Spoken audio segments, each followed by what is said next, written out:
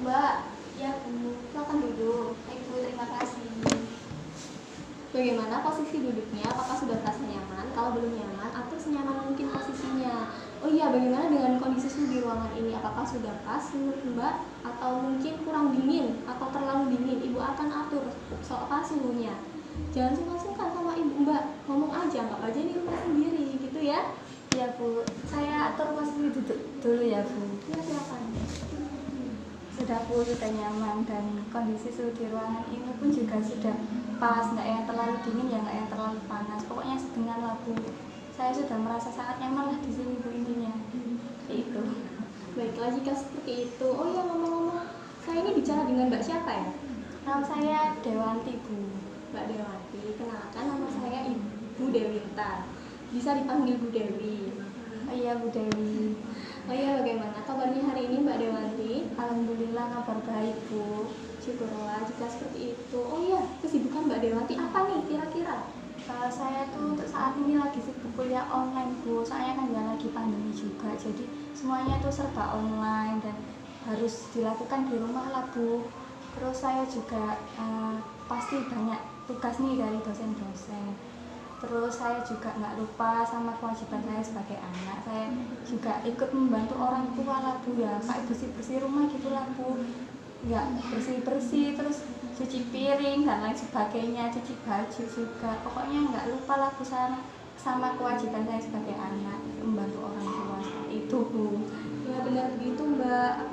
Jadi memposisikan ya antara kuliah di rumah sama melakukan pekerjaan rumah seperti itu ya, seperti membantu orang tua tadi. Dan pesan ibu nih, kan lagi kuliah di rumah nih Mbak Dewanti, selalu aktif ya untuk mengikuti perkuliahan dan mendengarkan materi yang disampaikan dosen dengan baik gitu. Jangan bolos ya kalau kuliah, jangan telat juga, jangan tidurnya dipol-polin.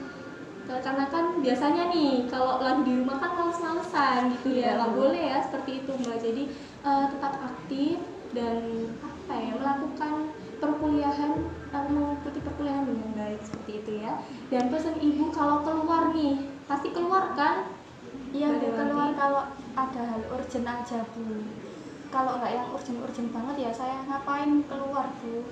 Soalnya saya kan ya harus tetap jaga diri jadi di rumah gitu Bu. Nah benar, kalau misalnya lagi keluar ada hal urgent nih Mbak Dewanti, jangan lupa untuk selalu menerapkan protokol kesehatan. Salah satunya ya dengan memakai masker gitu, terus membawa hand sanitizer, mencuci tangan gitu ya Mbak. Harus menjaga pola kesehatan karena kan di situasi yang seperti ini tuh rawan sekali seperti itu ya. Harus menjaga kondisi kita, harus pintar-pintar menjaga diri seperti yang Mbak Dewanti tadi katakan, itu benar sekali ya. Jadi harus memperhatikan kondisi badan juga ya Mbak ya gitu. Ya Bu, saya itu nggak lupa lah Bu kalau kayak gitu. Pokoknya saya itu tetap safety lah Bu, menjaga kesehatan saya.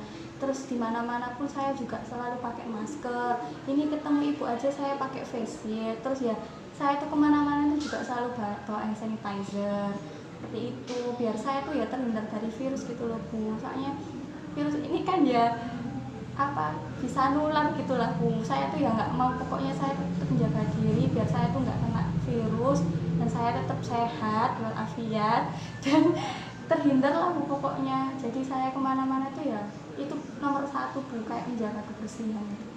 Benar sekali, kesehatan itu yang paling penting Mbak, yang nomor satu ya.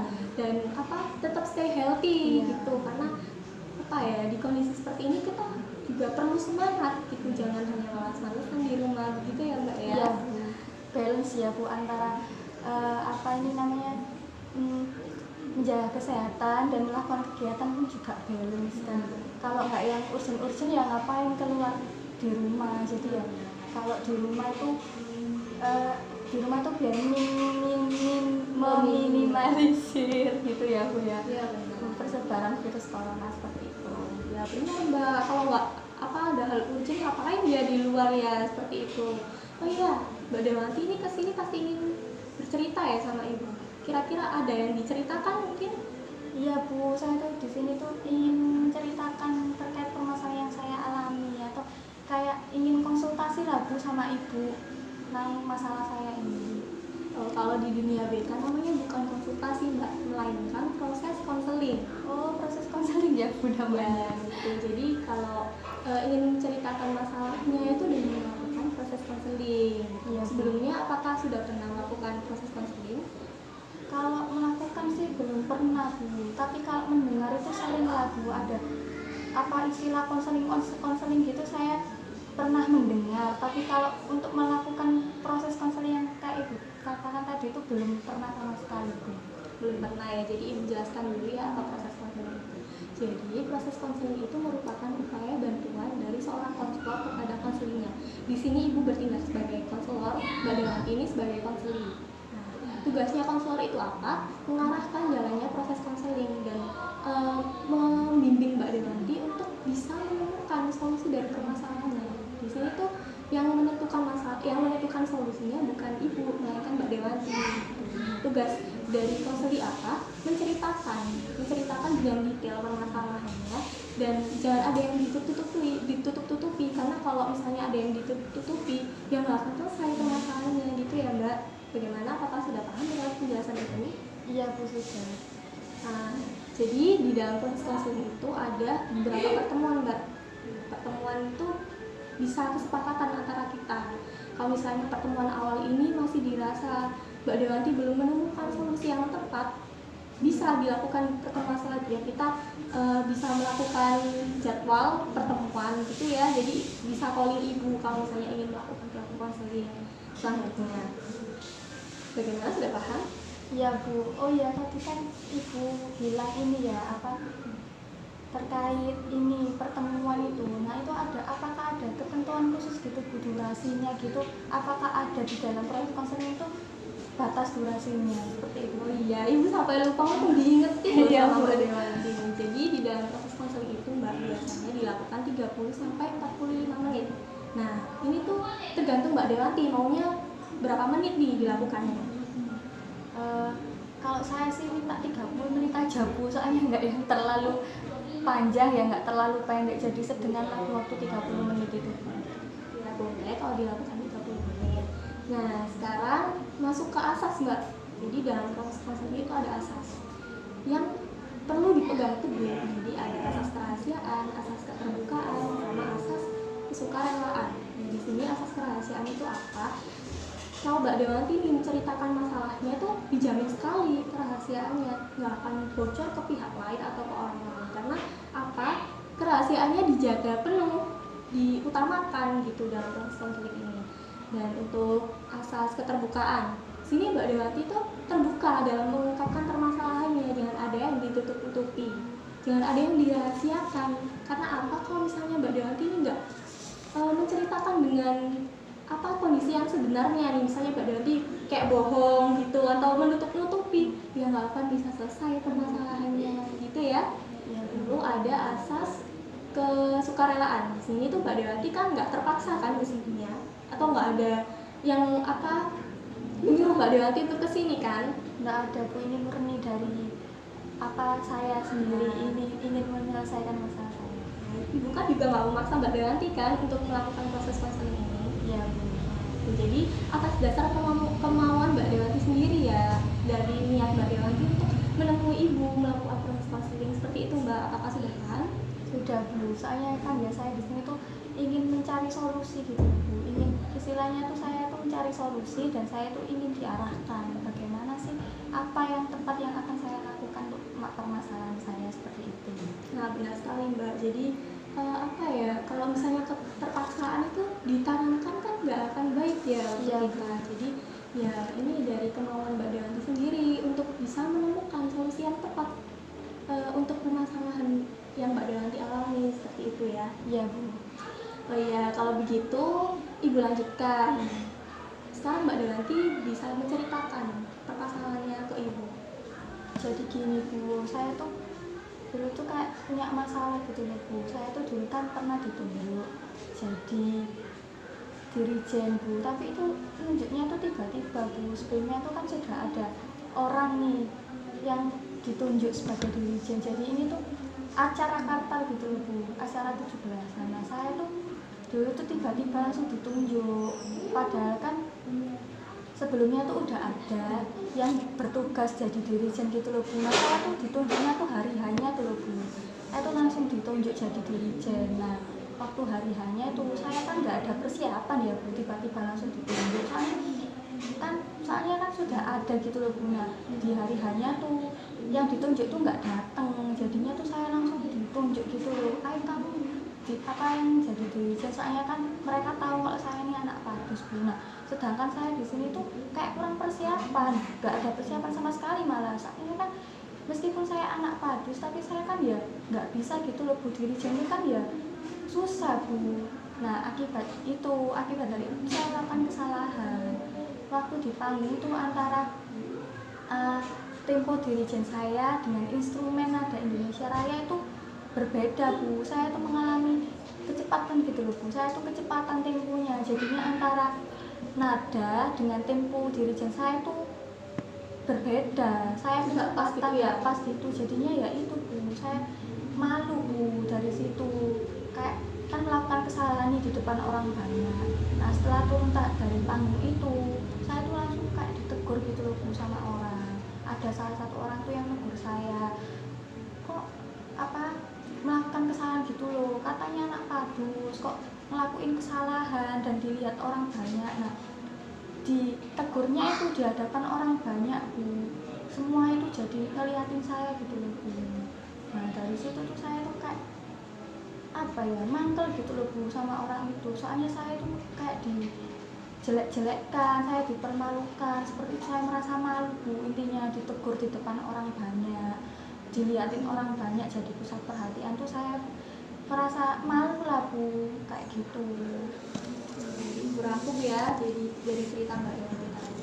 Jadi Mbak Dewanti ini ditunjuk tiba-tiba, jadi kayak dadakan gitu ya, untuk menjadi dirijen dalam sebuah acara 17 Agustus ya. Dari Mbak Dewanti tuh nggak ada persiapan sama sekali, nggak latihan. Karena karena kan sudah ada yang ditunjuk gitu, sedangkan yang ditunjuk itu tidak menghadiri atau tidak datang. Jadi Mbak Dewanti langsung ditunjuk untuk memimpin dirijen tadi. Nah di sini Mbak Dewanti melakukan kesalahan gitu kan, melakukan kesalahan antara nada dengan gerakan tangan ya, tempo atau gerakan tangan yang Mbak Dewanti lakukan tidak sinkron, tidak sesuai atau tidak pas. Nah itu membuat Mbak Dewanti tuh diperhatikan gitu kan, kayak ditegur seseorang dan menjadi pusat perhatian akibat kesalahan yang Mbak Dewanti lakukan tadi, seperti itu kan? Iya Bu. Nah dari situ Mbak Dewanti juga merasa malu akibat jadi pusat perhatian tadi dan dianggap bahwa kalau anak padus itu pasti bisa, padahal kan nggak semuanya anak padus itu bisa, karena kan ada latihan gitu, dan dirijen itu juga perlu banget ya, kayak istilahnya kayak belajar gitu. Nah Mbak Dewanti sedangkan tidak mempunyai pengalaman gitu kan, tidak tahu bagaimana cara untuk menyeimbangkan gitu kan. Jadi Mbak Dewanti kayak kurang persiapan sekali, jadi melakukan kesalahan gitu, dan dari situ Mbak Dewanti tidak percaya diri, tidak istilahnya kayak malu gitu kan akibat dari kesalahan tadi. Nah kira-kira nih orang yang menegur Mbak Dewanti itu seperti apa sih? Menegurnya tuh dengan nada seperti apa? Kalau Ibu boleh tahu. Ya menegurnya tuh kayak langsung gitu loh Bu, suaranya tuh dikeras-kerasin gitu loh Bu, malahan biar semua orang tuh ngeliatin saya. Jadi yang saya perasa itu, yang saya pikirkan tuh orang itu emang sengaja gitu loh Bu, menjelek-jelekkan saya. Jadi negurnya tuh kayak langsung gitu loh di depan orang banyak. Ya saya anak padus kok gak bisa dirijen, kan padus itu kan nggak asing sama dirijen. Nah padahal nih Bu, nggak semua anak padus itu bisa dirijen Bu. Soalnya yang bisa dirijen itu kan yang emang benar-benar dia itu paham gitu loh Bu. Nah sedangkan saya di padus itu nggak pernah Bu sama sekali ditunjuk sebagai dirijen, saya hanya bertugas sebagai yang nyanyi aja. Yang dirijen itu emang kayak perlu latihan yang banyak gitu loh Bu, biar benar-benar ditunjuk. Nah makanya itu Bu, saya tuh nggak bisa, soalnya saya tuh belum ada pengalaman tuh tadi yang benar-benar jadi dirijen itu emang yang benar-benar ahli.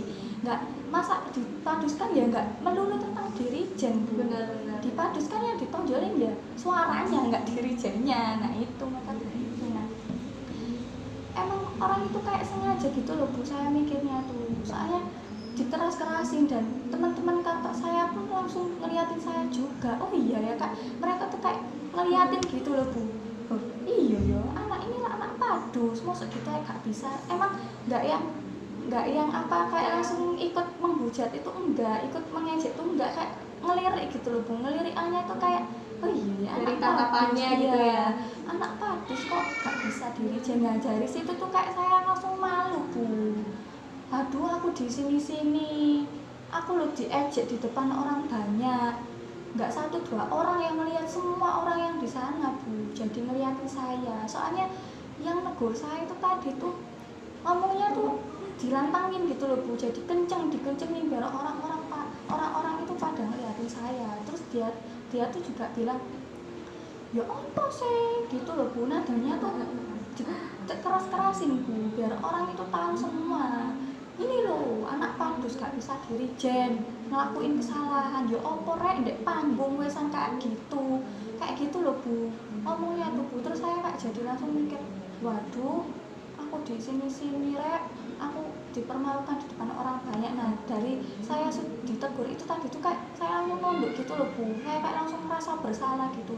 Iya aku anak padus kok gak bisa sih kayak gini, malu-maluin kayak gitu loh Bu. Langsung merasa kalau saya ini kan waduh melakukan kesalahan yang fatal gitu loh Bu di depan umum gitu Bu. Jadi kayak seolah-olah Mbak Dewanti ini ragu akan kemampuannya gitu, kayak duh kok saya jadi gini sih, saya mau jadi dipermalukan gitu Iya. kan, dan istilahnya kayak insecure gitu kan ya. Iya Bu, dari situ kayak langsung insecure lah Bu, jelas lah Bu. Soalnya kan saya kan ya ngelakuin kesalahan itu tadi kayak waduh pas aku besok-besok gak akan jadi kayak gini kalau disuruh orang gak mau guys, daripada aku melakukan kesalahan. Jadi langsung insecure gitu lah Bu, aku lu anak padus rek, aku ngelakuin kesalahan kayak jadi ngerasa diriku tuh apa ya, nggak mampu gitu loh. Anak padus gak bisa kayak jadi gitu, langsung insecure lah Bu. Tiba-tiba langsung insecure gitu, kayak langsung berpikir anak padus, saya tuh anak padus kok gak bisa apa-apa kayak gitu Bu jadinya.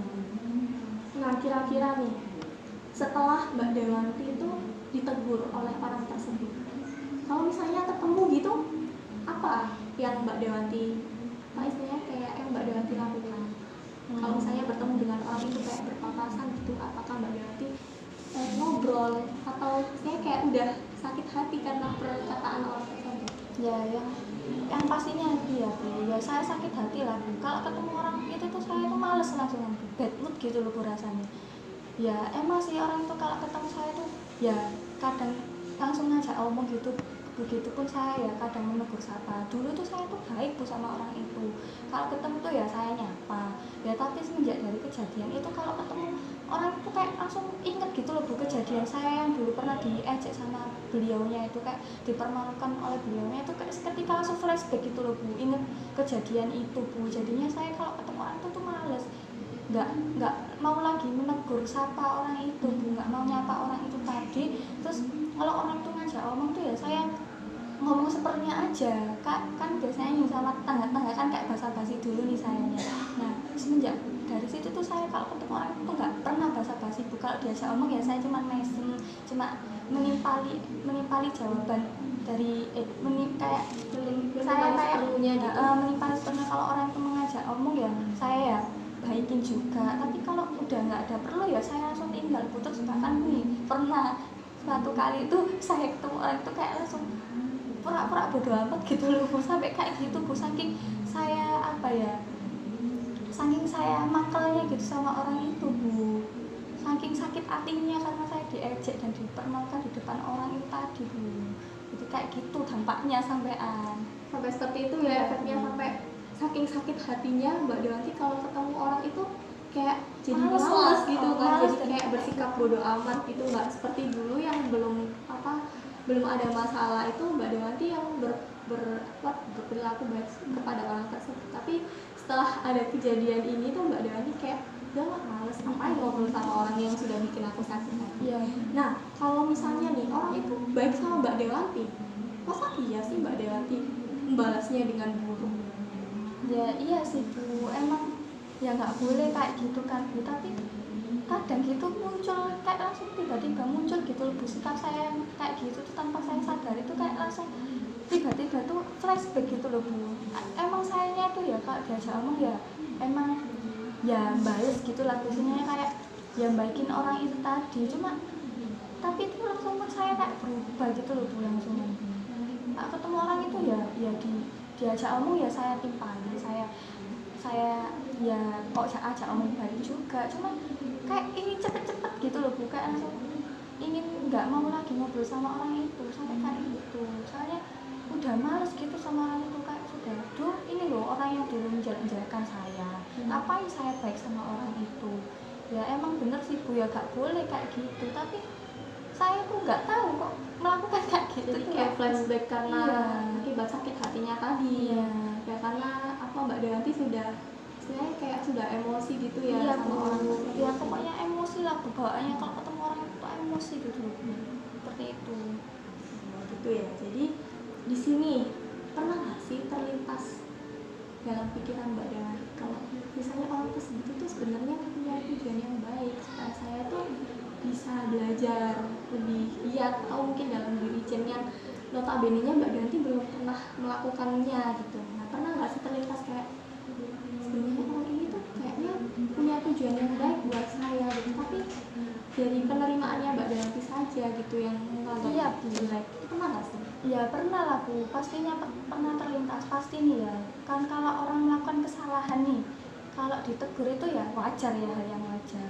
Tapi yang saya nggak terimanya di sini tuh kenapa gitu loh harus kayak langsung di depan umum gitu loh Bu. Mbok ya kan bisa, ya mungkin kalau misalnya orang itu punya niat yang baik sama saya kan ya bisa saya diajak obrol empat mata, nggak yang langsung ngomongnya tuh seolah-olah kayak saya tuh emang sengaja gitu loh Bu, sengaja dijelek-jelekkan gitu loh Bu.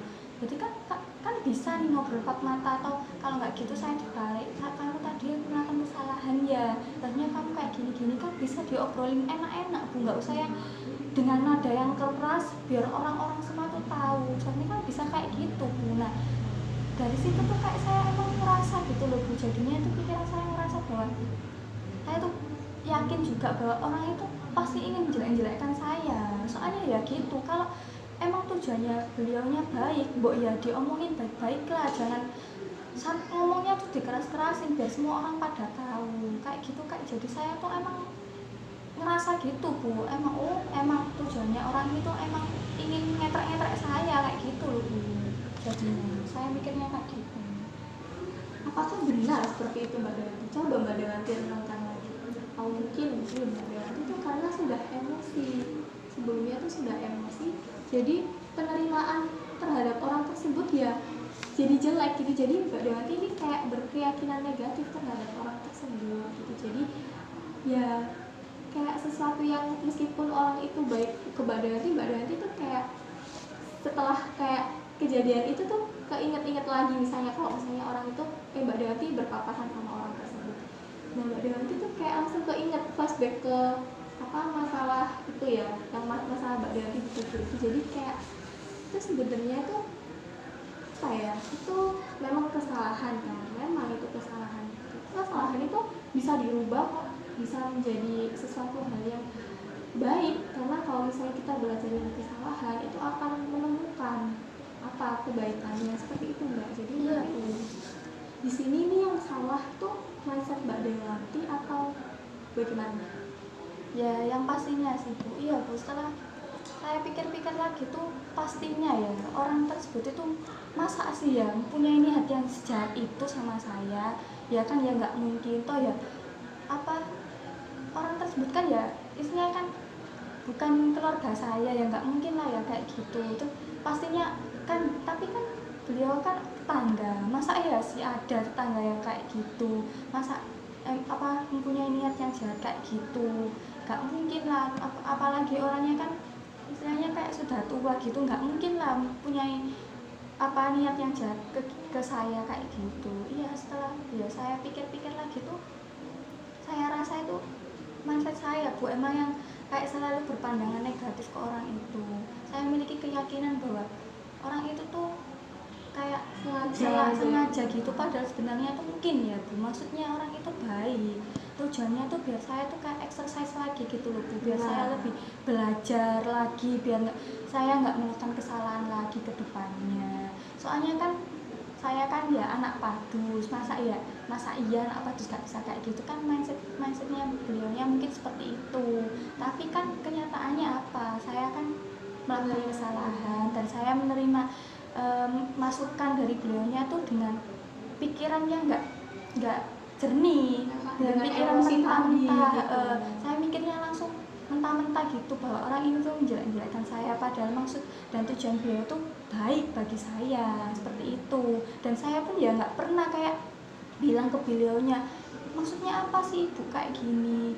Nah mungkin kalau saya kayak bilang gitu ke ibunya, loh saya kan pasti ibunya akan memberikan pemahaman ke saya, nggak mungkin pastinya kayak gitu ibunya tuh menjelek-jelekan saya tuh ya nggak mungkin, saya tuh tahu seperti itu. Tapi ya itu tadi Bu, balik lagi dari awal itu saya sudah emosi, soalnya saya kaget lah Bu, tiba-tiba kan saya ditunjuk nih tiba-tiba, terus saya melakukan kesalahan dan saya langsung ditegur dari kesalahan saya itu tadi di depan orang banyak, sehingga saya merasa bahwa saya dipermalukan, padahal sebenarnya orang ini memiliki tujuan dan niat yang baik dan saya nggak melakukan kesalahan lagi. Tapi saya ngerasa bahwa orang itu pasti ingin menjelek-jelekkan saya, padahal kan nggak seperti itu. Iya Bu, saya rasa di sini tuh saya yang memiliki persepsi atau memiliki pikiran dan keyakinan negatif terhadap orang tersebut, seperti itu. Jadi yang perlu dirubah adalah mindset dari Mbak Dewanti yang berkeyakinan tidak baik terhadap orang tersebut. Nah, misalnya nih, kalau ada Mbak Dewanti, kalau ada orang yang ingin mempercayakan Mbak Dewanti untuk mengisi suatu acara lagi, masa Mbak Dewanti nggak mau sih?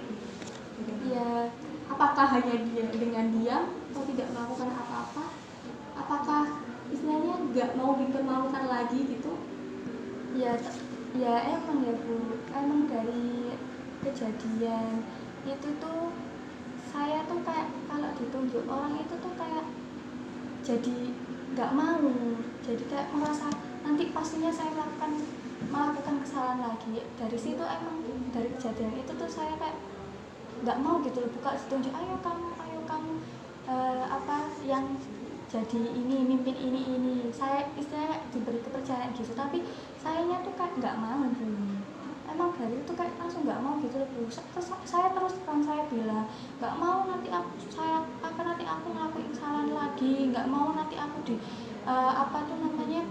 dipermalukan lagi sama orang, nggak mau ditegur lagi, nggak mau jadi pusat perhatian karena melakukan kesalahan lagi. Emang Bu seperti itu, tapi kalau saya kayak gitu terus biasanya nggak akan maju-maju ya Bu ya. Nah terus apa ya nih yang akan Mbak Dewanti lakukan? Yang akan Mbak Dewanti lakukan? Kira-kira hal apa yang akan Mbak Dewanti lakukan kalau hanya langsung menolak begitu? Kira-kira apa solusi apa yang tepat untuk istilahnya kayak meyakinkan diri Mbak Dewanti supaya Mbak Dewanti tuh bisa istilahnya kayak bisa percaya diri lagi gitu kalau saya ditunjuk? Solusi apa? Ya saya harus itu ya Bu, menghilangkan sikap negatif saya nggak boleh berpikiran negatif lagi, saya nggak boleh insecure lagi terhadap kemampuan saya. Ya dibalik pasti ya Bu, semua orang kan memiliki kekurangan dan kelebihan masing-masing, tapi dibalik kekurangan itu pasti kan saya ini ya ada kelebihannya ya Bu, ya nggak boleh ya saya kayak gini terus. Masa hanya karena ditegur gitu saya langsung nggak mau kalau ditunjuk lagi, kalau diberi kepercayaan lagi saya kayak gitu menolak gitu. Langsung menolak mentah-mentah, sedangkan saya tuh dianggap mampu sama orang lain gitu. Istilahnya saya diberi kepercayaan penuh, kok ya saya menolak gitu ya. Iya Bu, bener Bu, tapi emang kadang gitu dari hati tuh saya ngerasa kalau saya tuh nggak mampu, padahal sebenarnya saya tuh mampu. Cuma ya itu tadi loh Bu, saya tuh kayak masih merasa takut ngelakuin kesalahan lagi gitu loh Bu. Jadi yang harus dibangun apa? Rasa percaya diri saya tuh harus ditingkatkan lagi ya Bu ya. Karena kan tadi Mbak Dewanti bilang kalau ingin berpikiran maju. Nah, kira-kira untuk mewujudkan berpikiran maju itu Mbak Dewanti harus melakukan apa, itu kan Iya. dari diri Mbak Dewanti sendiri yang melakukan. Iya Bu, saya pede ya Bu, pokoknya saya pede dan saya harus merasa mampu bahwa saya bisa ya Bu. Iya, yakin bahwa kalau misalnya Mbak Dewanti ini diberi kepercayaan, masa iya Mbak Dewanti istilahnya kayak tidak mengindahkan kepercayaan orang yang telah mempercayakan Mbak Dewanti itu. Nah, setelah ini Mbak Dewanti kira-kira perasaannya apa nih setelah mengetahui apa kayak kesalahan? Misalnya begini, Mbak Dewanti kayak sudah tahu kan bahwa yang salah tuh mindset saya Bu. Nah, sekarang apa nih yang ingin Mbak Dewanti lakukan dan perasaan apa yang akan Mbak Dewanti rasakan setelah berhasil melakukan yang sesuai dengan keinginan Mbak Dewanti? Ya saya kedepannya ya gak boleh kayak gini lagi Bu, saya harus pede, saya harus merasa bahwa saya mampu. Nah maka dari itu kesalahan kan awal dari kesuksesan ya Bu. Nah dari kesalahan saya ini tuh saya tuh ya nggak boleh merasa puas gitu loh Bu. Saya merasa bahwa saya tuh bahwa saya tuh masih banyak kurangnya, jadi kayak lebih belajar lebih lagi gitu loh Bu, nggak yang aku bisa ini jadi aku harus puas sama kebisaanku ini, nggak boleh kayak gitu. Jadi dengan kesalahan ini tuh mengajarkan saya bahwa saya tuh harus terus berlatih Bu.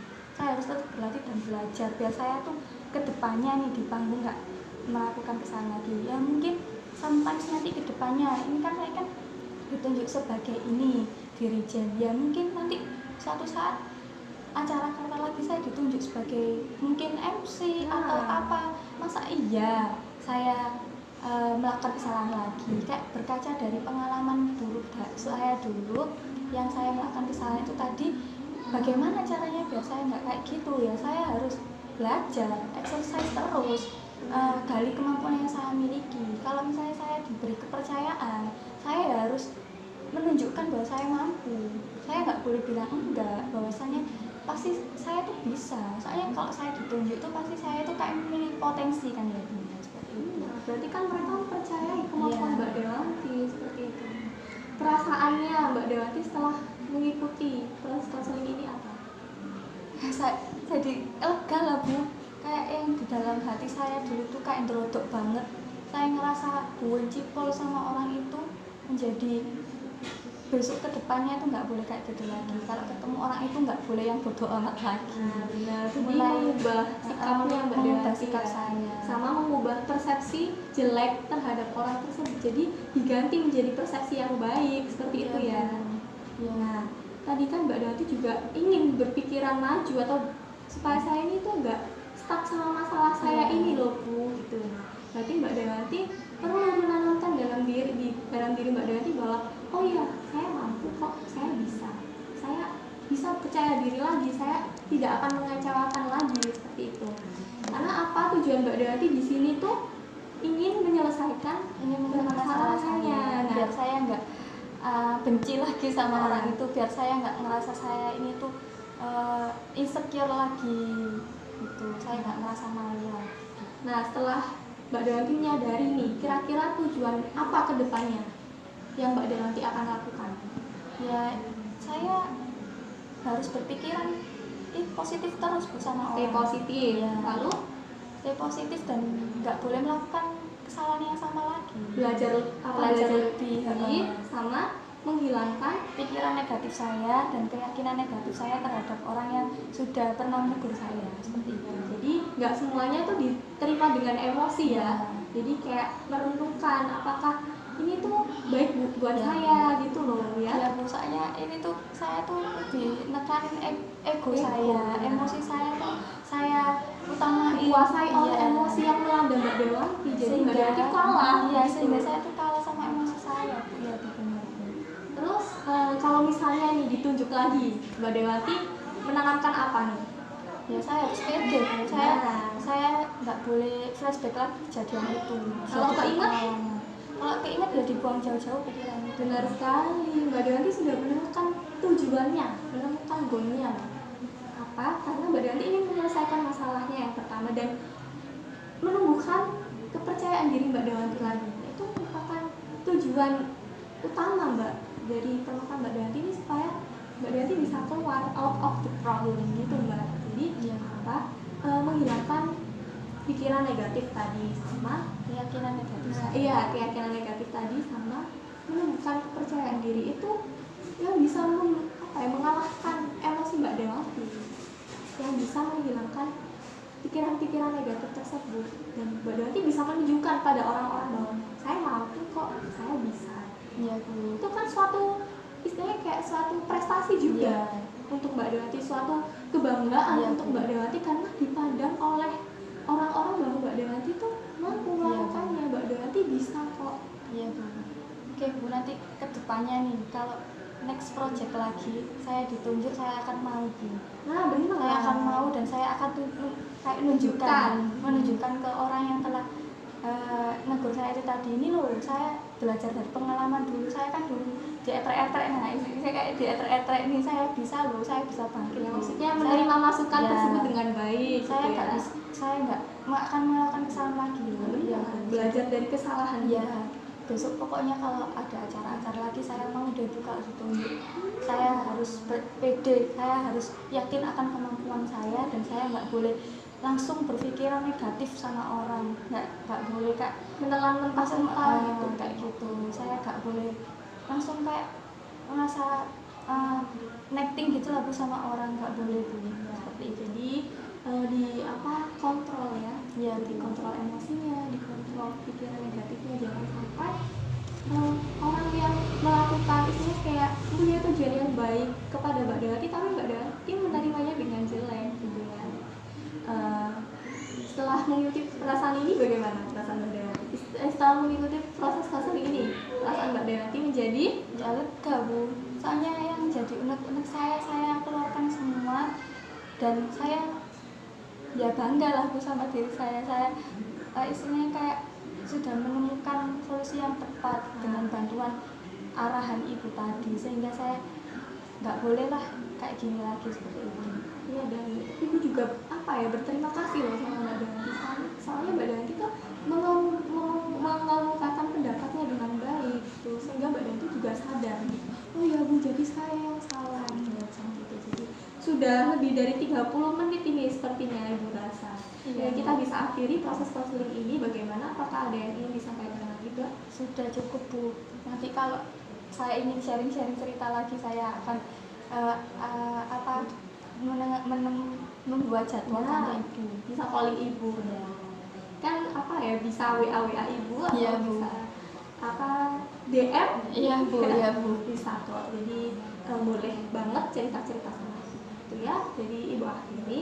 Terima kasih karena sudah berpartisipasi dan mengikuti prosesnya dengan baik. Saya juga terima kasih banyak Bu sama Ibu. Sama-sama. Ibu akhiri ya. Wassalamualaikum warahmatullahi wabarakatuh. Waalaikumsalam warahmatullahi wabarakatuh. Terima kasih ya Bu. Saya pamit dulu.